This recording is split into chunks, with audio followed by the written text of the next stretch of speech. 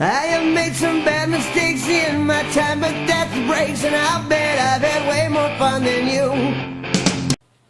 Well, hello there, and welcome back to another exciting edition of Kip Does Stuff. Today we're doing a twofer. We're testing tools that I made. First of all is the bike trailer. As you can see, there's three pretty good sized pallets on it, and it's very much overweight. I'd say there's probably 120 pounds on there now. The trailer was only rated for 80, so I definitely can't haul three on it, but it worked. Let's get it unloaded and we'll try the pallet breaker tool. Alright, we've got our pallet tool that we made a few years ago. Let's see if this works.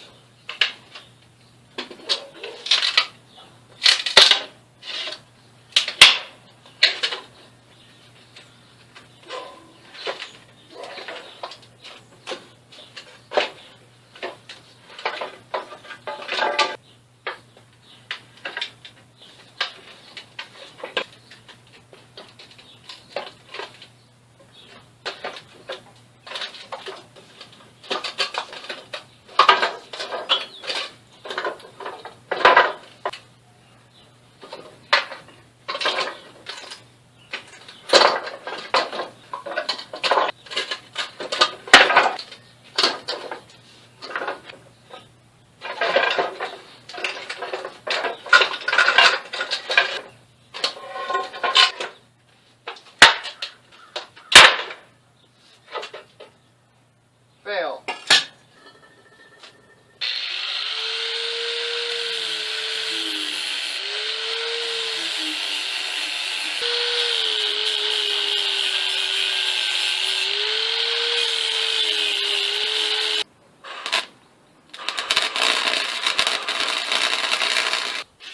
Okay, so we had a little issue with the pallet breaker.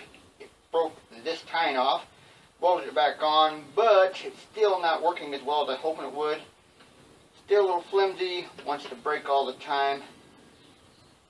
I may have to cut it apart and re-weld it to make it work perfect. Here's all the pallets. Now they fit inside the cart. I could probably put one more on top of here.